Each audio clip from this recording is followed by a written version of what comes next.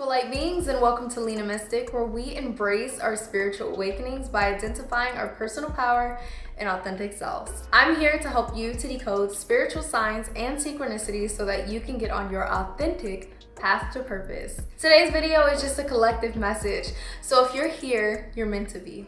Those of you who do not know me and have never been here before, I absolutely love to do tarot. It is one of my favorite things to do. I've always been quite intuitive or psychic, as you may call it. You guys can book me on my website if you would like to, which my readings are about 50% off right now, and they probably will be until the end of the year or next year. So you have some time if you would like to book it. I'm just going ahead and picking a few of the cards so that we can get an intuitive message, an intuitive pull from our guides, angels, and those of light. It's so funny, some of the cards that are coming out, because I've been studying some of, people's psychological traits lately. I've been listening to TED Talks and reading books on it. And of course, I was a psychology major when I was in college. So the psychological way of things is so curious for me. But let's go ahead and see what we got.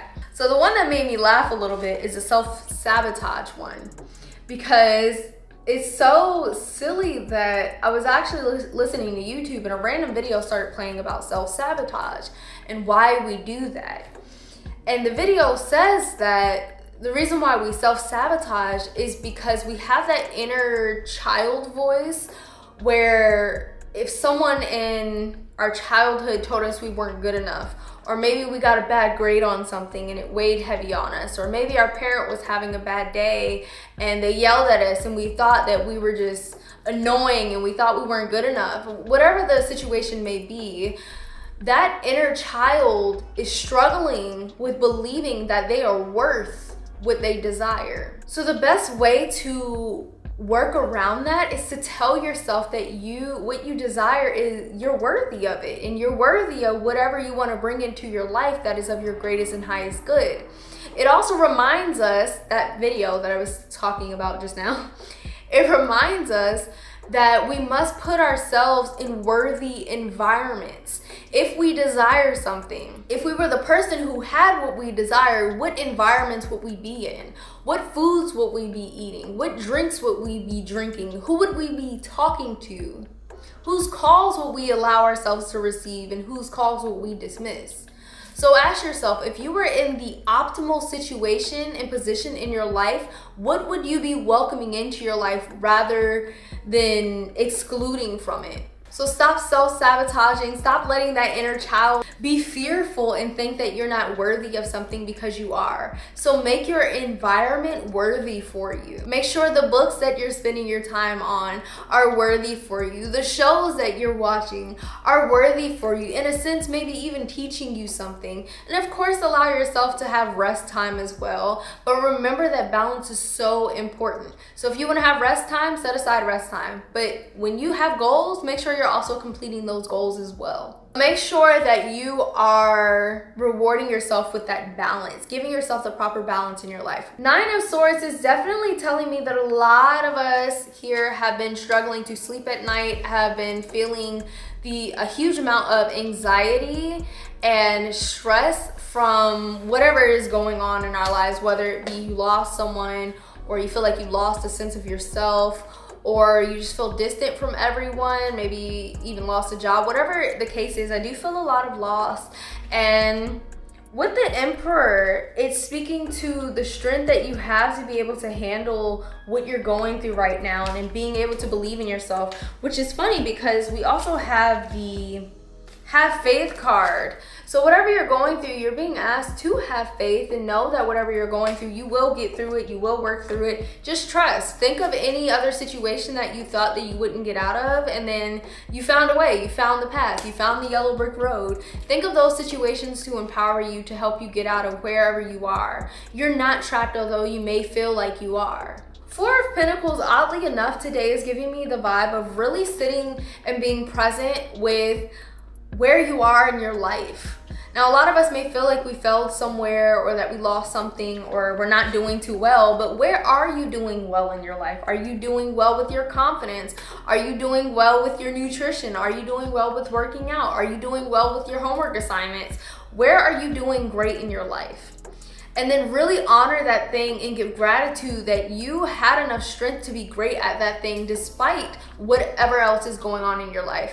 We are all dealing with stuff in our life, but what speaks a lot about you is how you are handling it and how you are nourishing those pieces and parts of you that need to be nurtured. So listen to those parts of you that are begging to be heard out and give yourself more respect and more honor and more grace for how well you are doing in those areas that you're doing great at. Sometimes we don't need to dwell on where we're not doing too great. Of course, you want to look into yourself and try to fix those areas of your life, but also give appreciation and recognition to the places that you're doing great in your life too. So Four of Pentacles is, Four of Pentacles is definitely saying give gratitude for where you are doing great in your life, where you're succeeding, or where you already have succeeded. All of us have accomplishments to be proud of, so make sure that you're giving enough attention to those things as well. Queen of Pentacles is saying that many of us need more rest and more good nutrition.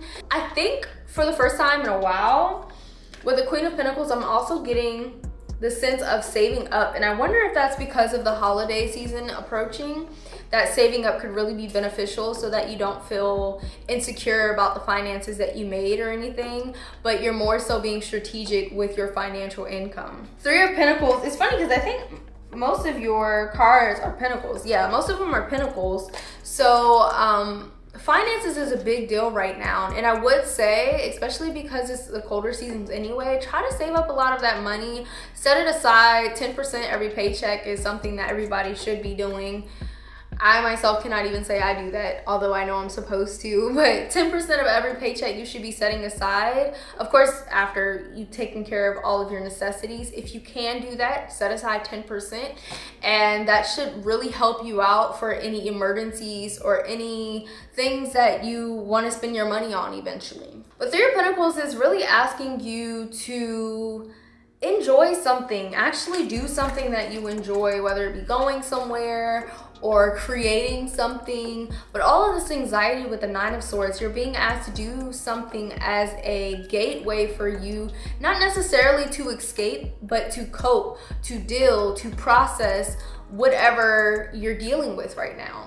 Hole in the soul is kind of confirming that you haven't been doing that much to feed your soul, but more so to do what you think is the best thing for you to be doing right now. And for example, some people are like, I should only need to go to work and come home from work and then watch TV all day and that's it. But what are you feeding yourself? What are you giving to yourself? Because yes, work is rewarding because it pays you, but it's also mentally draining, and so can watching TV all day. So how can you feed your soul? How can you nourish your soul with things that you used to love and that you really do still love now, but you just haven't nurtured it lately? What are those things? For me personally, it's plants. I absolutely love nature. I love plants. I love science. So when I get to water my plants and stuff, that's nurturing my soul. What is that for you? Try to figure that out, and you'll start to realize your life is turning around, and you'll also start to realize that you are becoming more grounded. If you have been craving potatoes or squash or even sweet potatoes, pumpkins, then you may need some grounding, because those are vegetables that come from the ground, and it's saying, hey, you need grounding. You need to connect to the ground more. So go step outside barefoot. I know it may be cold. Go step outside barefoot, or go let the sun shine on you for a little bit, and just do it with the intention of being to yourself and connecting with your spirit. I know that this time of year during the colder seasons can be kind of difficult for a lot of us, which I talked about in some of my other videos.